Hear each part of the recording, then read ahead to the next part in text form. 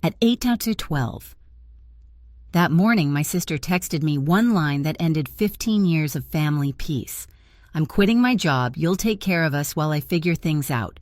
No greeting, no guilt, just expectation. I wiped my hands, stared at the message, and typed 4 words I'd never said before.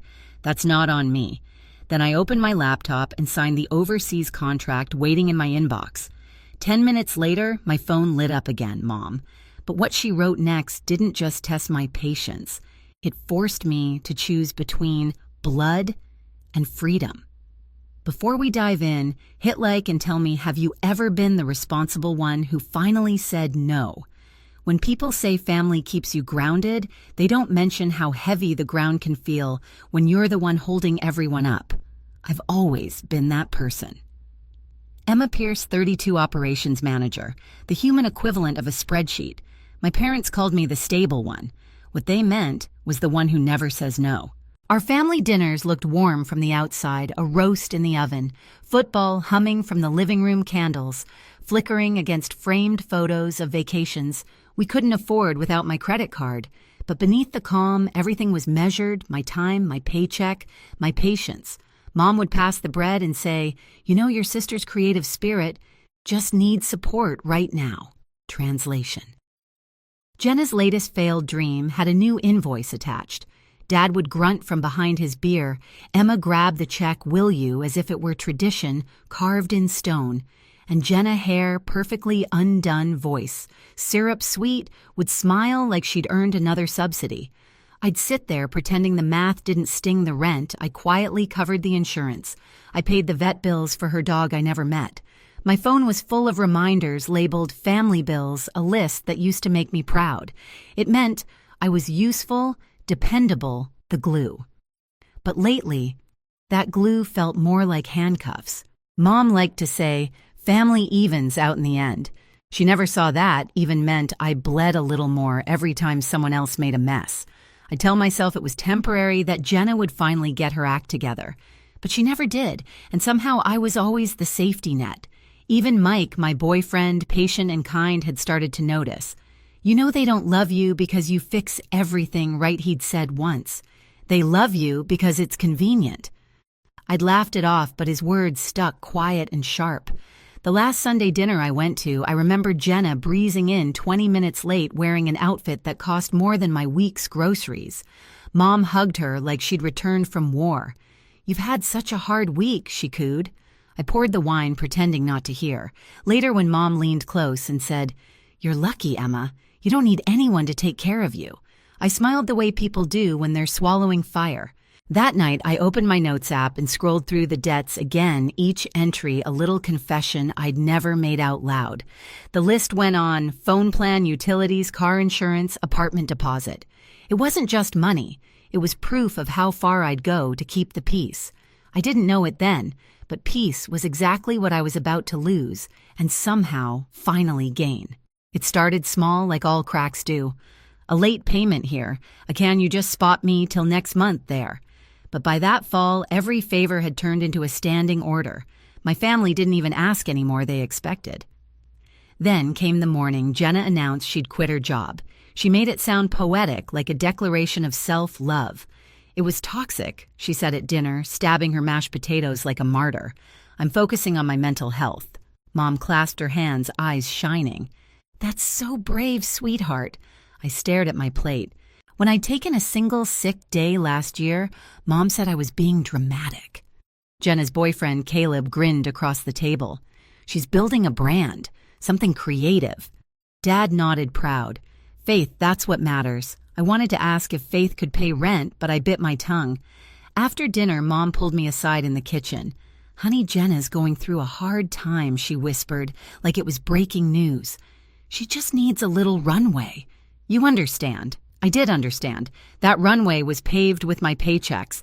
That night back in my apartment, I sat in the dark with only the hum of the fridge for company. My notes app was open, payments, bills, insurance, deposits. I scrolled through the numbers until they blurred. It wasn't a ledger anymore. It was a map of my own exhaustion. 2 weeks later, the text came, the same one that cracked everything wide open. 8:12 a.m. The morning light was soft, harmless. My phone buzzed on the counter. I'm quitting my job, you'll take care of us while I figure things out. No greeting, no guilt, just assumption. I stared at it for a long time, toothbrush still in my mouth. For years, my instinct had been to fix, to send money, to smooth over the chaos. But something in me shifted. Maybe it was Mike's voice echoing in my head. You've been paying for permission to be loved. I wiped my hands, opened the message, and typed 4 words. That's not on me. My fingers trembled as I hit send. It felt like pushing a button that could blow up the only bridge I'd ever known. Silence. No reply. Just the faint hum of the bathroom fan and my own heartbeat. I walked into the living room, still half stunned. On my laptop screen was the Dublin contract I'd been too afraid to sign. I hovered over it. For months, I'd made excuses. Mom would panic. Jenna would crumble. Dad would guilt-trip me. But not this time. The moment I pressed sign, a tiny notification blinked, document completed. It was quiet, almost anticlimactic, but I felt something unclench deep inside me. 10 minutes later, my phone lit up again, Mom. I didn't open it right away. I just stared at her name glowing against the screen, and I swear the air shifted. Whatever came next, I already knew it wouldn't be love. It would be the price tag for saying no. Mom's text came exactly 10 minutes later, like clockwork. If you won't help your sister, don't come to Thanksgiving. I stared at it until the screen dimmed. For years, those words would have crushed me. Not because I cared about the turkey or the small talk, but because exclusion meant guilt, and guilt was how they kept me in orbit. But this time I laughed, softly, almost in disbelief. That's supposed to scare me, I whispered to no one. But it feels like freedom. I sat down at my desk, opened my laptop, and looked at the contract confirmation still glowing from earlier Dublin. Housing included. Start date, Monday. It felt like a life I'd only daydreamed about now, quietly waiting for me to choose it. For the first time, I realized my family didn't just drain my bank account, they drained my ability to imagine life without them. That was about to change. I opened another tab, my online banking. My pulse quickened, not from fear, but focus. One by one, I scrolled through the recurring payments I'd carried for years. The family phone plan, Jenna's car insurance, utilities tied to my parents' house, cancel, remove, deactivate. Each click was small but seismic. I half expected lightning to strike or Mom to burst through the door. Instead, there was only silence. Clean, almost peaceful. My phone buzzed again. A voicemail from Aunt Rose. This time, sweetheart family gives and receives. Maybe you can give a little more this season. God will bless you back tenfold. Delete. Mike called later that night. His voice was warm, steady. You did it, didn't you? I think so, I said. I finally said no. You didn't say no, he corrected gently. You said yes to yourself. That line stuck. After we hung up, I started a new document labeled Exit Plan. I typed it in bold. Underneath, I listed every step like instructions for survival. Remove my name from their phone plan, unlink Jenna's car insurance, cancel utilities at the parents' house, freeze shared credit lines, transfer savings to a new account. Each line tightened a knot I hadn't realized was still loose. When I finished, I sat back and exhaled. For the first time in years, my life didn't look like a to-do list written for someone else. Still, the old habits tugged at me. I kept checking my phone, expecting Mom to call, expecting an apology that never came.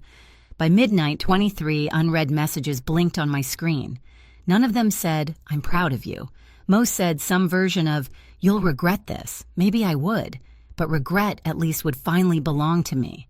As I shut my laptop, the Dublin contract notification blinked again, a reminder. Flight confirmed. 5 days. I whispered it out loud, testing the sound. 5 days till freedom. Mom didn't wait long to escalate. By the next morning, my phone was a war zone. Group texts, missed calls, guilt dripping from every message.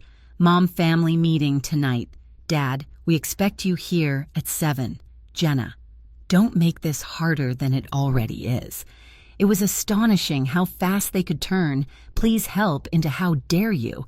I stared at the screen for a long time before typing the simplest answer of my life. I won't be there. Almost instantly, the typing bubbles appeared. Mom, you will. Jenna, you're unbelievable. Dad, Watch your tone. I silenced the chat and turned my phone face down. The quiet felt holy. At 6:52 p.m., the doorbell rang anyway. When I checked the peephole, Dad stood there still in his work shirt, jaw tight. "Open the door, Emma." "No, don't play games, I'm not." He muttered something under his breath about disrespect, but I didn't move. Finally, the footsteps faded down the hall. I locked the deadbolt twice, leaned against the door, and let out a shaky breath. They weren't coming to talk. They were coming to win. The next day, Mom tried a softer weapon. A voicemail, her tone sugar-coated and trembling. "Sweetheart, Jenna's trying her best. She needs a little support just this once. Think about what family means." I deleted it halfway through. By evening, I got a FaceTime call. The family conference. I almost didn't answer, but part of me wanted to see their faces, wanted to finally stop pretending. When the screen lit up, all three were there. Mom in the kitchen, Dad at the head of the table, Jenna beside her, with swollen eyes and perfect lighting. Caleb hovered in the background, pretending to fix something on his phone. Emma, Mom, started softly, "Can we please talk like adults?" "I thought that's what I've been doing," I said. Jenna jumped in. "You embarrassed us. You made me look like a beggar. I didn't make you anything," I replied. "You sent a demand, and I declined." Her lips trembled. "You don't believe in me. You never have." That one stung, not because it was true, but because it used to work. "Jenna," I said carefully, "belief isn't a bank loan." Caleb chuckled low and condescending. "She's so uptight. No wonder you're single half the year." My voice didn't rise. "Caleb, do you even hear yourself?" he smirked. "Just a joke." Mom cut in sharply. "Enough. Emma, your sister's business could change her life. She just needs someone responsible on paper." Dad leaned forward, hands clasped. "It's not even risky. It's a small loan, $150 tops. You'll co-sign, that's all." "That's all," I repeated, letting the words sink in. "You're asking me to guarantee a $150,000 loan for someone who quit her job last week." Mom's voice hardened. "Don't be dramatic. We raised you better than this." I felt something snap, not anger, just clarity. "You didn't raise me to say yes. You raised me to survive saying no." The silence that followed was thick enough to touch. Dad's face flushed. "Watch your tone." "I am," I said evenly. "It's calm." Mom's eyes narrowed. "So that's it. You're walking away from your family. I'm walking away from being your financial plan." Jenna started crying, mascara pooling at the corners of her eyes. "You're punishing me for being different. I'm setting boundaries," I said. "There's a difference." Mom slammed her hand on the table. "You'll regret this, Emma." I nodded once. "Maybe, but I'll regret it on my own dime." I ended the call. Seconds later, the group chat exploded, paragraphs from Mom threats, from Dad emojis, from Aunt Rose. One message from Jenna: "You destroyed this family." I didn't reply. I turned off notifications, opened my exit plan, and started checking boxes. Removed from phone plan, unlinked insurance, canceled utilities, closed shared credit line. Each completed task felt cleaner than the last. By midnight, 43 missed calls blinked on the screen. None from Mike, he knew. When the phone rang again, I finally picked up. "Hey," he said quietly. "You sound lighter. I think I'm just done," I said. "Then do something about it. Not for revenge, for peace." That line hit deeper than I expected. At 1:04 a.m., I drafted one last message to my mother: "I'm leaving for Dublin Monday. Please stop contacting me unless it's an emergency." I hovered over send hand, trembling. Then I pressed it. The next morning, the retaliation came fast. Posts on Facebook about ungrateful children, Aunt Rose's chain messages about forgiveness, Jenna's cryptic story. Sometimes the ones you love hold you back. They wanted me to feel shame. Instead, I felt still. When Monday came, I zipped up my suitcase. The air in my apartment was cold clean. Every bill in my name, every key in my hand. As I rolled my suitcase to the door, my phone buzzed one last time. A text from Mom. "We won't forget this." I typed back, slowly, "Neither will I." Then I powered it off. At the airport, as the plane engines roared, I thought about every Thanksgiving table, every guilt trip, every silent yes that had built their comfort. And I thought about that one small no that tore it all down. When the wheels left the ground, my heart did too. Dublin was colder than I imagined, gray skies, damp air, and a kind of silence I wasn't used to. But maybe that's why it felt like healing. My company apartment was small, one-bedroom, white walls, a view of the canal. Everything inside belonged to me. Every bill, every key, every decision. No shared accounts. No borrowed peace. For the first week, I moved like someone learning to breathe again. I woke up early, walked to work through cobblestone streets, and drank coffee that actually tasted like mine. At night, I cooked for one and listened to the kettle whistle. Sometimes I caught myself waiting for the next crisis call that never came. The quiet felt strange until it didn't. Mike arrived that Friday, suitcase in hand, and a grin that made the place feel less foreign. "You really did it," he said. "You left." I laughed softly. "Yeah." And somehow I'm still standing. He looked around the apartment. "It's peaceful here." "Peaceful feels weird," I admitted, "but I'll get used to it." We ate dinner on the couch, candles flickering against the rain-streaked window. My phone sat face down on the table, silent. When I finally picked it up, there were no new messages. For the first time in years, the absence of noise felt like a blessing. Days turned into weeks. I got promoted early, led my first project, made friends who didn't need rescuing. One afternoon, I scrolled through old notes, the payments bills, utilities list I'd once treated like scripture. At the bottom, I added one final line, "Debt cleared emotionally and otherwise." A month later, Mom left a voicemail. Her tone was softer this time. "We're fine, sweetheart. Jenna found part-time work. Your dad says hi." I didn't call back, but I smiled anyway. Distance was doing what love never could. It made things kinder. Sometimes I'd stand by the window watching the canal lights ripple. The old Emma would have felt guilty for feeling okay. The new one just whispered, "I earned this." Sunday morning, sunlight spilled across the kitchen table, catching the steam from my coffee. No buzzing phone, no new demands, just quiet. I thought about that first text, the one that ended 15 years of family peace. "You'll take care of us." Maybe once I would have, but not anymore. I used to mistake being needed for being loved. Now I know real love doesn't drain you, it steadies you. I looked out over the Dublin skyline, smiling to myself. Peace didn't come with fireworks, it came with silence. If you've ever chosen peace over guilt, share your story below. You're not alone.